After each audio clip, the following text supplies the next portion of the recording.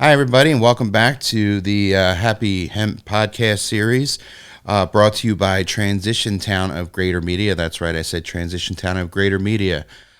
We have expanded. Transition Town of Media is now going to be known as Greater Media because of all the great work that we've been doing. We've expanded just a little bit outside of the media area, and I wanted to make sure that we, brought that to everybody's attention. So, with the Hemp Study Group, we have episode number 5, Hemp Microgreens, brought to you by the Pennsylvania Department of Agriculture has given us a grant and given us a little bit of money to help bring awareness to all the different things that the hemp plant can bring to Pennsylvanians. So today I have with us Andre Cox of Deep Run Hemp out in Perkasie, Pennsylvania, Bucks County. So Andre runs a CBD farm out in Perkasie, Pennsylvania, and is dabbling a little bit in hemp microgreens. So I just kind of want to welcome Andre to our show and give you a couple minutes to tell us a little bit about what you do out there at Deep Run Hemp. Great. Thanks, David. Thanks for inviting me here. And, there's a lot of great information about hemp microgreens, but apparently they're too hard to find out there on the market at this point. Everybody's trying to figure out how to grow them and develop them as a commercial product. The facts are in on the food value, so it's just figuring out how to do them on a commercial basis that makes sense. So you say food value. What is the point? Why should we eat hemp microgreens as a food? What is the point of this? Well, if they could figure out how to commercially grow it properly, it's a safe, nutritious superfood. Superfood. It provides all the plant-based fats, omega-3s, omega-6s, which are neuroprotectants. Really? They help protect against neurodegenerative diseases. Hemp microgreens also have phytoestrogens, which are another form of neuroprotectant. I assume that's good for women. I'm going by the word estrogen. Yeah. Apparently, phytoestrogens have benefits for women's menstrual cycles in some way. Oh, really? There's also a very high level of this nutrient called tocopherol. Tocopherol, Tocopherol,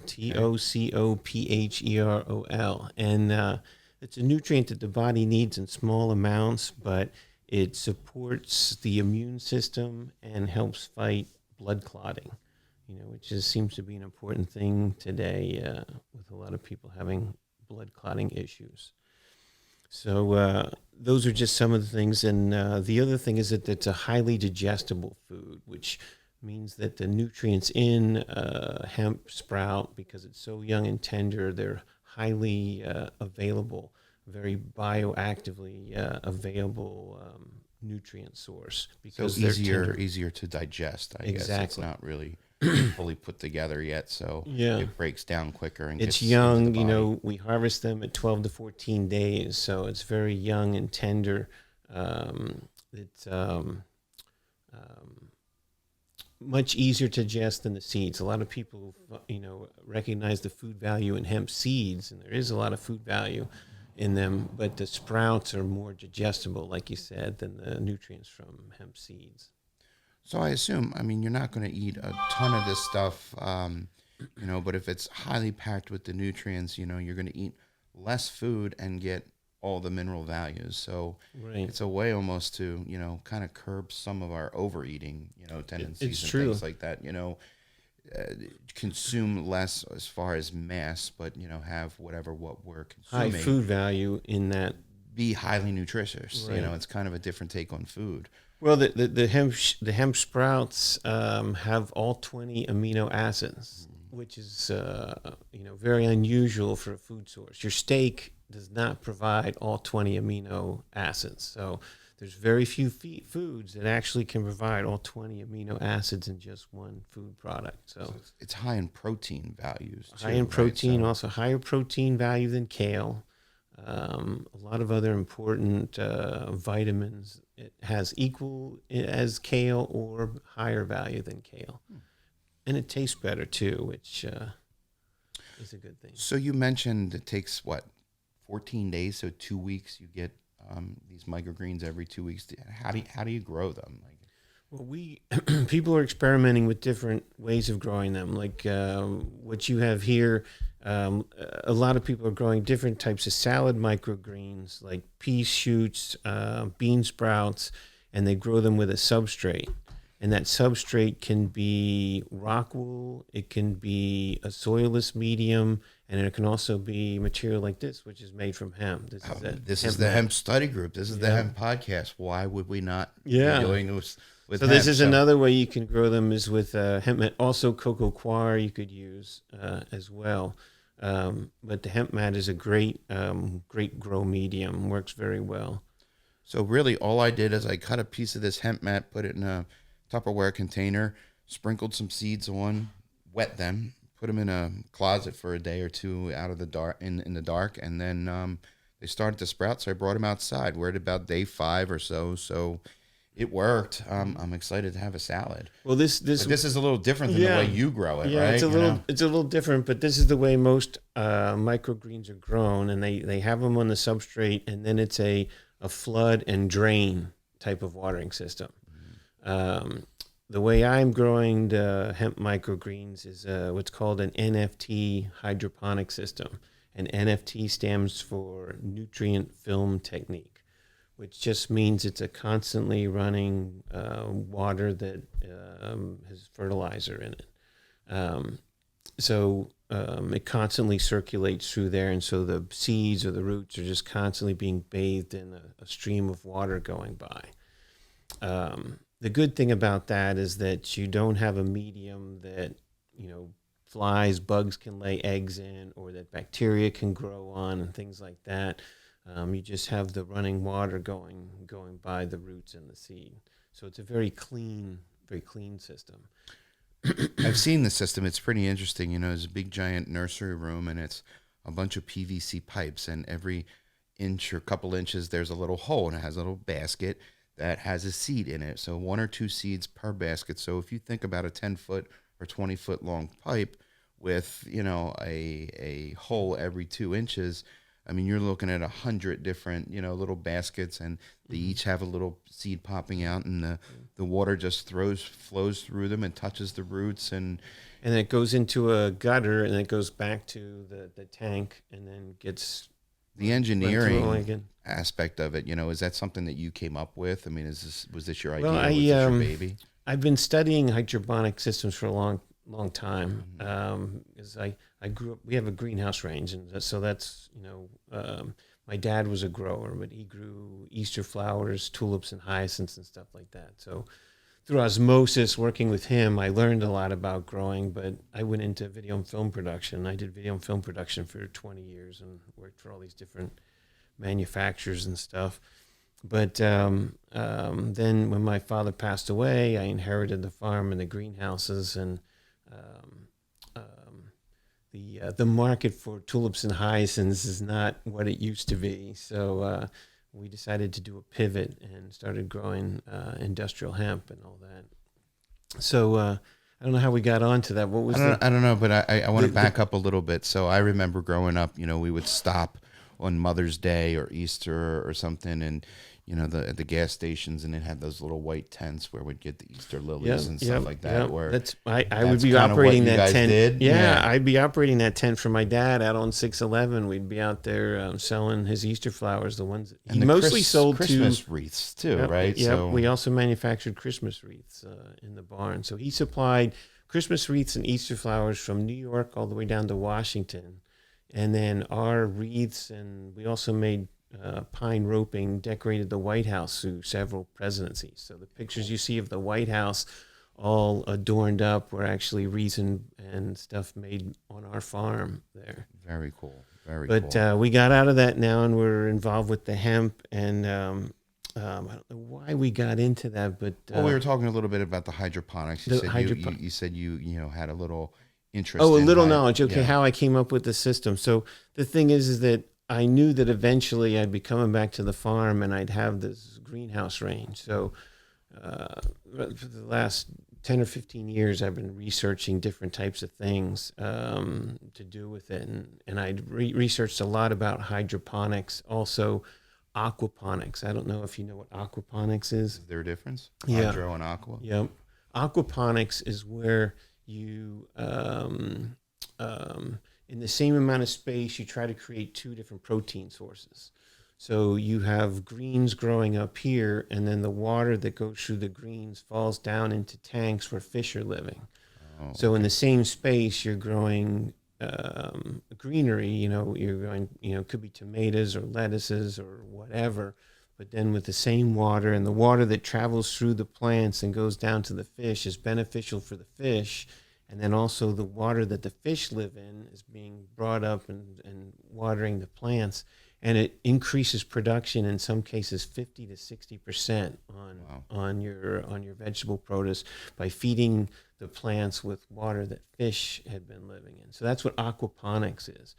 So we could actually do that with our system, with our NFT hydroponic system. All we'd have to do is then, in addition to our tank that has the nutrients in, is have another tank that we've got fish living in, and we're running a line from that in and circulating it through the hydroponic system as well. And so then we'd be doing aquaponics. Then maybe we could, harvest within 7 days or something. Really? Yeah, kind of like speed up the process. Maybe, but so the I'm fish skeptical. are acting as filters or something, or No, the is fish, it, just creating this whole ecosystem? Well, I'm not a scientist. Sound like it. But there's all different. There's so many different theories about things. One is they feel like it's the fish's waste in the water that is providing a nutrient. Other theories are that there are enzymes, little green enzymes that are alive in the water that other animals are living in. Those enzymes are what really boost the plant production. It's hard to know actual causality, unless someone was researching exactly those things. But the reason I built the system that way is I'd done a lot of research on hydroponics and aquaponics, and I wanted to develop the system as an everyman system so that it was affordable, easy to make, easy to repair, and you didn't have to constantly be buying substrate, for example. That you could just reload the system and just keep harvesting from it. So is this something that could be, have a residential or, a commercial certainly. application, say, on people's roofs or something? Like, how much space would a person need to be able to very grow little, their own? Very little space, space. And you could do it on an end table with PVC, and you could, have harvestable hemp shoots every 14 days.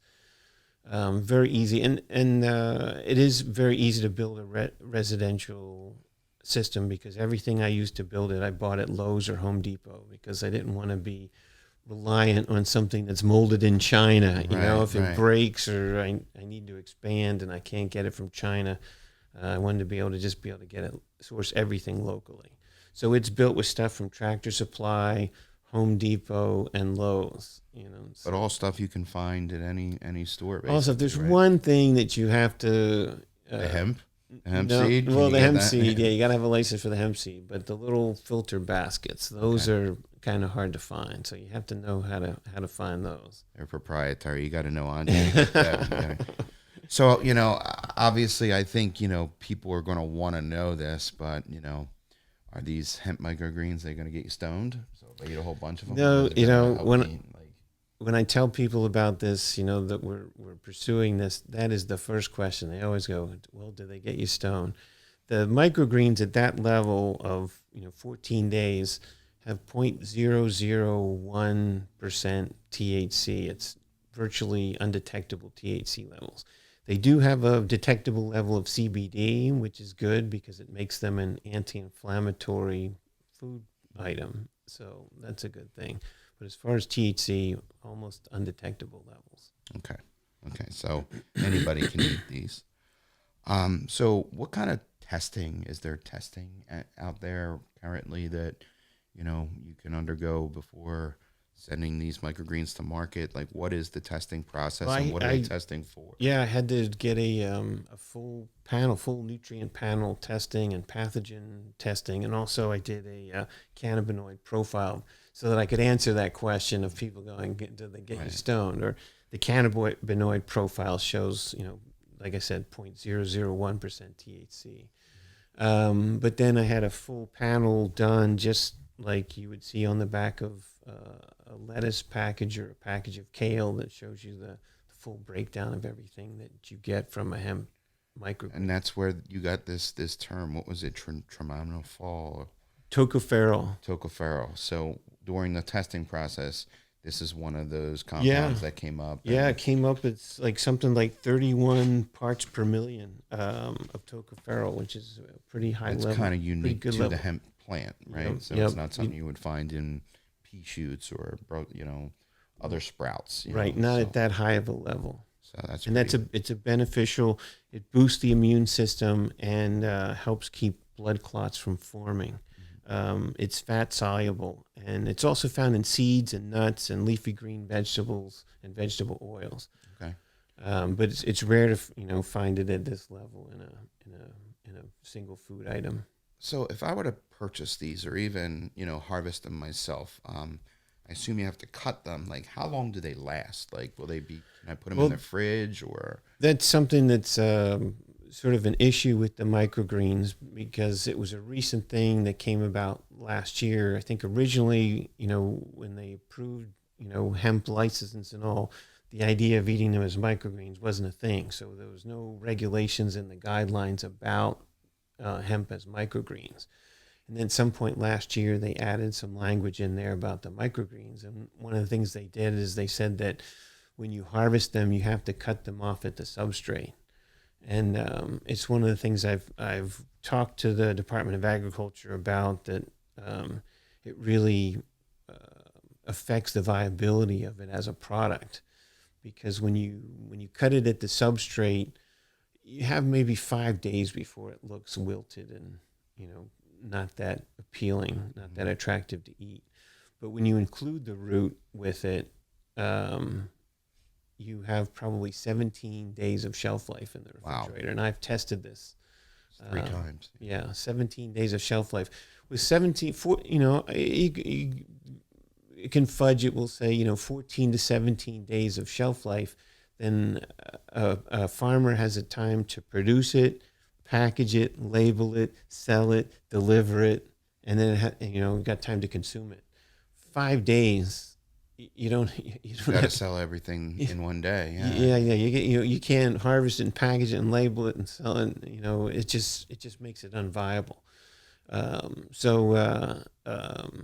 Hopefully they'll figure out, and I think that the problem, and I don't know all the laws and regulations that are affecting it, but one of them is I think that it falls into the noxious weeds category. Noxious weed. And if a plant is in the noxious weed category, then you have to have a license to grow it, and then you have to have a license to sell it, and then whoever buys it has to have a license to receive it. So then if I went to sell it to restaurants, they'd have to have a license to receive noxious weeds. And so it kind of just makes it, too complicated for something that's just a totally safe, food, wonderful new superfood item. So, they understand the fun out of, eating healthy, right? Right. And the people at the Department of Agriculture, they said, hey, they want this to be a business. They want this to grow. So they're aware of it, and I think that hopefully there'll be some language that addresses it. That it doesn't have to be cut at the substrate. There's a new farm bill coming out soon, right? I believe this year at some point we should be having a new farm bill. So hopefully some of that language. I know that you've been talking about this. Seems like at least for a year now. I think for a year you've been talking about where to cut the roots on a microgreen. So it's a big don't cut deal, the roots on a microgreen. I mean, they don't deliver pea shoots or pea sprouts without the roots. It's just it makes it a more nutrition.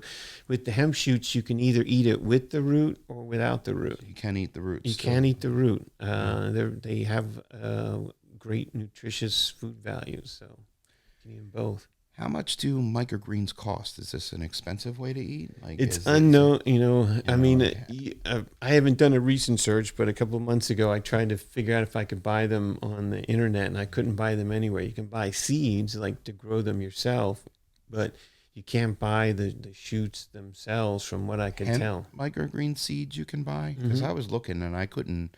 Yeah, I you can couldn't buy them. necessarily find I them. think on Amazon I saw that you could buy like a small package of hemp seeds.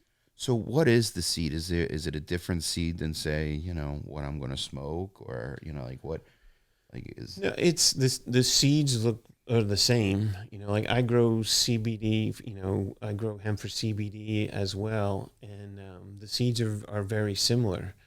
Um, um, there's really not any difference when you look at the seeds. one's not a fiber seed Well, the seeds I versus use, a yes, cannabinoid rich? the seeds I use for the microgreen system are fiber seeds. Okay. Originally, when I started doing trials to figure out how to do this and tweak the NFT, make the NFT system work, I was using CBD, hemp for CBD, because that's the seeds I had. Middle of last year, I switched to growing a strain called Joey that's from King's Agriseed. Okay. That's for fiber, and that's because they're much more affordable, and that's Cost what you effectiveness need. Yeah. wise, Cost effectiveness wise, you want to go with the fiber seed for if you're growing microgreens. it's like $1 per seed versus like $1 a pound of seeds, right? Right, right. It's a So huge difference. It's like, I don't know, it's like $270 or something like that for 60 pounds of fiber seed, whereas it's $1 or sometimes $2 a seed if you're growing high end CBD strains.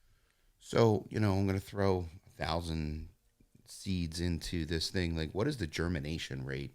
Is the germination rate Well, for hemp the same as, the say, germination, broccoli or lettuce? um, it's definitely easier to germinate lettuce. I know that because I don't grow broccoli, so I don't know about broccoli. But lettuce seeds, because I grow lettuce, they definitely germinate easier than the hemp seeds. I've done some experiments with the hemp seeds with substrate products, different substrate products, using the flood and drain method, and I was not very successful. Wasn't as successful as with the NFT system.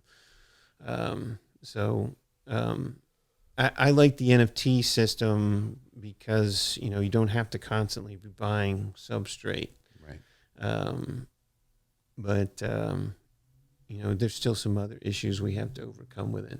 One of the issues is how much labor it takes to reset the system, because you were talking about 1 or 2 seeds in each cup. We actually put 3 to 4 seeds in each cup. Okay. Because the germination rate is lower. The germination rate on the seeds for fiber, they say it's 80 to 85% is what they say it is. You don't always get that, so we put 4 to 5 seeds in each cup because we want a plant coming up out of each cup. So we want to, err on the... And more than one can happen in each cup? Yeah, actually, a lot of times we'll have 2 to 3 sprouts coming up from one cup. So the thing is that loading those 4 seeds into each cup is something that takes us a long time. So I worked with the Penn State engineering department to have them develop a tool for me where with a trigger it releases 4 seeds into each cup. And if we can get that, they've already made a workable prototype, and once we get that into our system, I think it'll cut our labor time by 60%, I think. And then we'll be at a point where I think it'll be viable for us to start selling. I was at a hempcrete workshop over the weekend, and some of the talk at the end really was how do we really start to fuse together some technologies and some robotics and engineering to be able to make this this hemp market a little bit more feasible, a little bit how do we reduce some of the labor that goes into some of this old school farming stuff, which a lot of people don't like to do it because it's a lot of work. So I think we've come a long way, and it's a matter of tapping into some of these minds to figure out how we can forge together some of this new age technology, some of this old farming techniques, and bring them together so that we can make something that's a little bit more cost effective and labor conducive and things like that. So, I think what you're mentioning about, how labor intensive this is, I did say that I had a chance to go there, and I cleaned the system one day, and it took hours. It wasn't fun. I mean, it really wasn't. I'm like, cool, I'm gonna go, learn how to plant hemp microgreens, and it was a whole bunch of wash in little baskets and thousands of them. But it produces, almost like a perfect product every time. So, with that labor, you're getting something. Here, I've got this. I don't know what I'm doing here, but I'm getting something. But I don't know if the science, if the replicability is the same with say your system is just over and over, and you're on a larger scale, but a person at home, the size of, like you said, an end table, every 2 weeks you're going to get enough to add to your salads, or and it doesn't take much. That's the point you were making earlier is really viable, is that with the hemp microgreens, you're just going to use them as a garnish on the top of a salad, or an additive on a garnish on your sandwich or whatever, or a handful you'll throw into your smoothie, because you're going to get such a high food value from it and great absorption of that food value. You don't need to eat a whole bowl of it like you do with lettuce. I mean, lettuce, you got to ingest a pretty large bowl of it to get any nutrient value. So that is a big plus for it.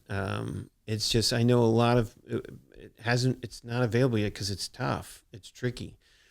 Took me a while to figure out how to get it to grow right in the NFT system, and now it's a matter of refining the loading and resetting of the NFT system, and I think I'll have a viable product. And I have 2 greenhouses that I'm not growing the CBD hemp in, so I'm hoping that I'll just be able to fill those greenhouses up with NFT system, and then be able to supply restaurants and individuals who want to come by. It's like I'm not going to have the size of production where I can sell to a grocery store or anything like that. I'll be able to only sell to exclusive restaurants and individuals who come by the farm and want to buy a carton of microgreens. Yeah, we're kind of a microbrewery of hemp is kind of what we are. Microgreenery. Yeah.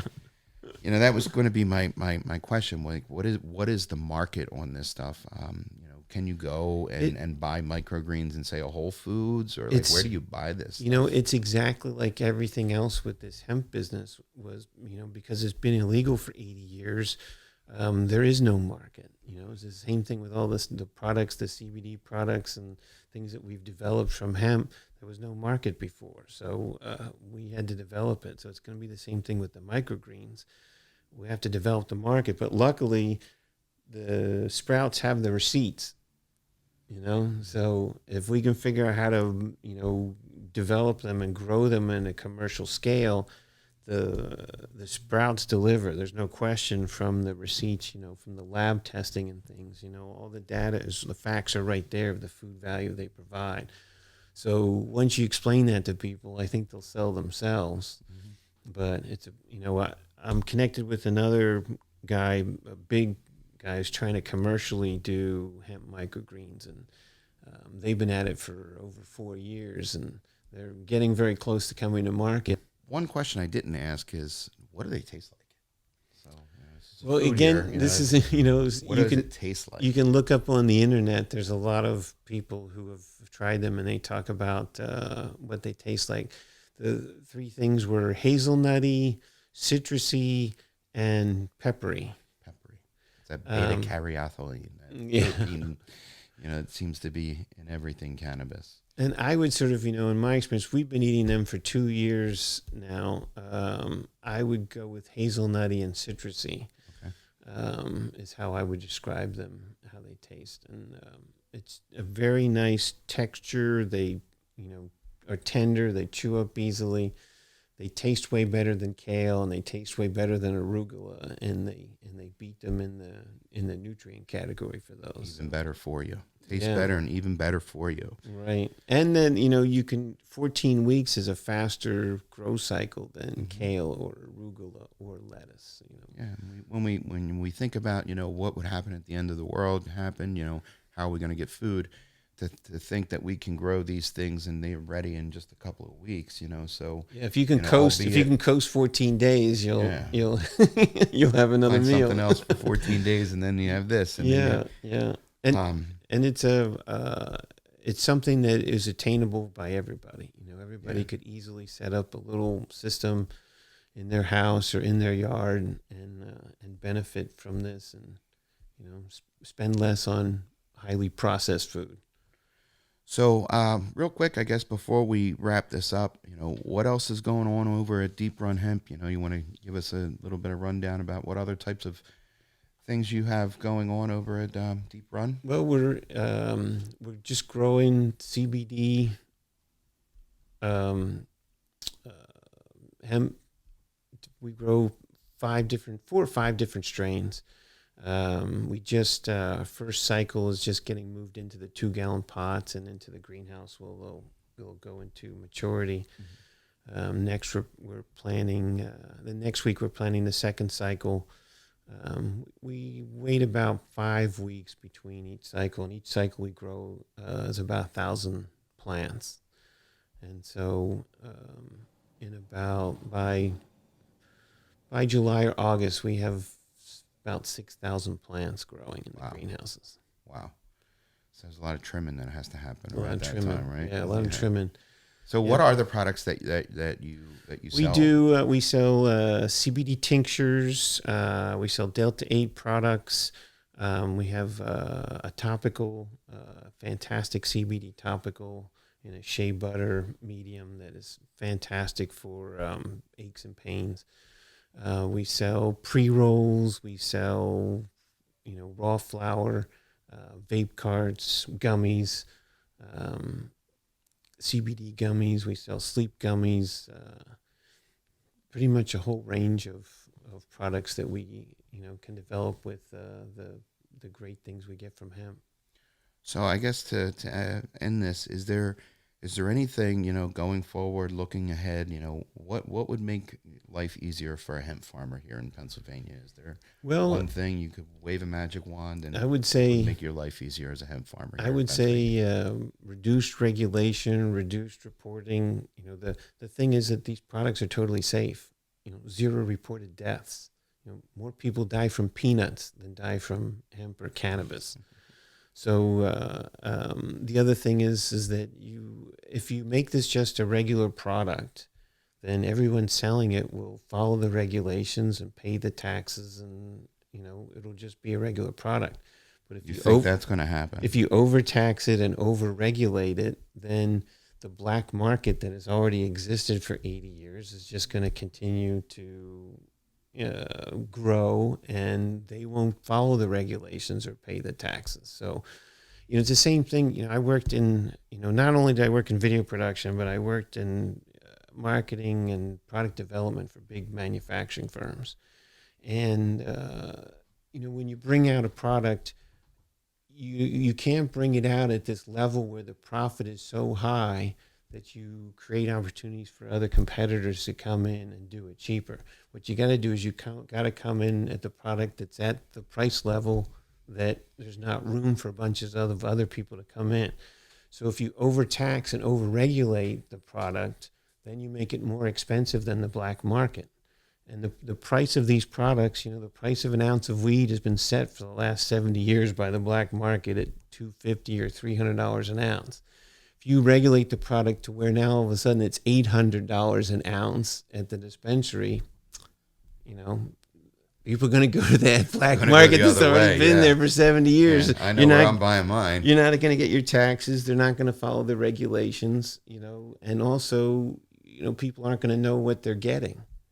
At least if you make it like a regular product because it's safe, 0 reported deaths, you think about the body has an endocannabinoid system. It's like your body has the software to deal with the products that come from this plant. It doesn't have the software to deal with opioids. It doesn't have the software to deal with alcohol. It doesn't have the software to deal with SSRIs. But it has an endocannabinoid system, and that's the software to deal with cannabinoids. So it's a safe product. It should have been treated this way. The way in I the first look at place. it is, they call it weed because it grew everywhere. It grew everywhere. It was like a weed, but it just blew around in the air. We just took a breath, and it was in the environment. It was in the ecosystem. It was just there. We didn't need all this additional. And then somewhere along the line, we pulled it all out of the ground, and deficiencies happened. And again, I'm not a doctor. I'm not a scientist. I have no medical, expertise to back all this up. I'm just a person who has their own experience with it and learned a lot about it. And by opening up my mind and by taking a different look, a different approach to this, I think that there are so many, misconceptions about the plant that, doing things like this, doing like this podcast series, having, people like yourself, Andre, come on and really kind of debunk a lot of these myths. You're not going to get high from eating hemp microgreens. As a matter of fact, you're going to get healthy. So